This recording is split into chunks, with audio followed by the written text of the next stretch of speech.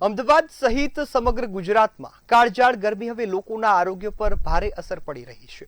વધતા તાપમાનની સીધી અસર હોસ્પિટલમાં જોવા મળી રહી છે, જ્યાં ઝાડા, ઉલટી, તાવ અને ચક્કર, ડિહાઇડ્રેશન જેવા કેસો ચિંતાજનક રીતે વધી ગયા છે।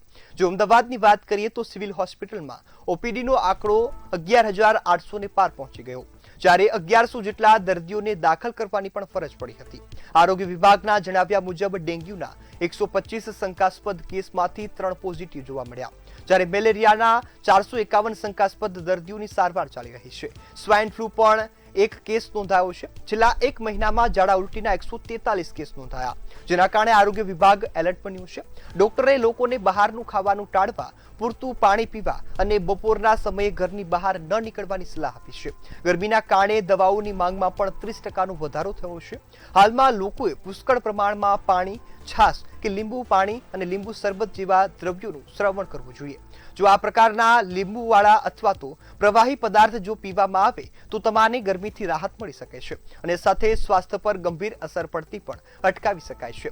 તો હીટવેવની અસર હાલ લોકોના સ્વાસ્થ્ય પર જોવા મળી રહી છે। હીટવેવથી આરોગ્ય સંકટ ઊભું થયું છે। ડોક્ટરો માત્ર એક જ સલાહ આપી રહ્યા છે કે જો ગરમીથી બચવું હોય તો બપોરના સમયે બહાર ન નીકળવું જોઈએ, સાથે પ્રવાહી દ્રવ્યોનું પણ જોઈએ તમારે ખાસ વધુ પીવા જોઈએ। પ્રવાહીમાં પાણી, લીંબુ શરબત, છાશ સહિતના જે તમામ પ્રવાહી છે તેનું ખાસ કરીને લોકોએ વધારે જોર રાખવું જોઈએ। તો આપણી સાથે મુદ્દા ચર્ચા કરવા માટે ડોક્ટર મુંજાલ પંડ્યા જોડાઈ ગયા છે। મુંજાલભાઈ, ખાસ તો આ જે ગરમી છે તે લોકોના સ્વાસ્થ્ય માટે ખૂબ જ ગંભીર બની રહી છે અને હાલમાં લોકો વધુ બીમાર થઈ રહ્યા છે, કઈ રીતે જોઈ રહ્યા છો ગરમીની અને લોકોની બીમારીને? જેમ આપે ખૂબ સત્ય વાત કરી છે કે અત્યારે ઘણી બધી ગરમી છે।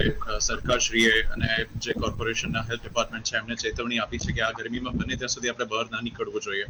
સેકન્ડ પાર્ટ એવું છે કે અત્યારે જે પીવાનું પાણી છે એની ગુણવત્તા કદાચ એટલી નીચે પડી ગઈ છે ગણો તમે કે લારીમાં ખાવાનું વધી ગયું છે। એવી જગ્યાઓ કે જે જગ્યા ઉપરથી આપણે કદાચ એ ક્યાં ખાવાનું બનાવવામાં આવે છે, એથી પાણીનો કયો વપરાશ કરવામાં આવે છે જોયા વગર જ્યારે ખાણીપીણીના બજારોમાં લોકોની ભીડ ચાલુ થઈ ગઈ છે। ક્યાંક ક્યાંક એવું છે કે આ ગરમીની શરીર પર જે અસર થતી હોય છે એ આપણા પાચન તંત્રને પણ નબળું બનાવતું હોય છે, સાથે સાથે પાણીનો શોષ પણ પડે છે। તો કદાચ એવું કહી શકાય કે જેમ આપે કીધું કે બપોરે જે બહાર જવાનું છે બને ત્યાં સુધી ટાળવું જોઈએ, નંબર 1। નંબર 2, તમે કયો ખોરાક કે કયું પાણી ગ્રહણ કરો છો, કઈ જગ્યાનું છે, કઈ જગ્યા પર તમે ઉભા રહ્યા છો અને તમારી જે ટેસ્ટ બર્ડ્સ કહેવાય કે જે જીભની ભૂખ હોય છે ઘણી વાર પાણીપુરીથી લઈને બીજી કોઈ બી એવી વસ્તુઓ ખાવાની એ થોડી કંટ્રોલમાં રાખીને અને ક્યાંક આપણે જ્યાં જઈએ ઘરની બહાર નીકળીએ ત્યારે પાણીની સ્વચ્છ પાણીની જે બોટલ છે આપણી પાસે રાખીએ। જે આપણે યોગ્ય, તમે મને કીધું કે લીંબુનું શરબત છે, લીંબુનું શરબત એક ખૂબ જ સારી અને અગત્યની વસ્તુ છે જ્યારે ગરમીની વાત કરીએ ત્યારે।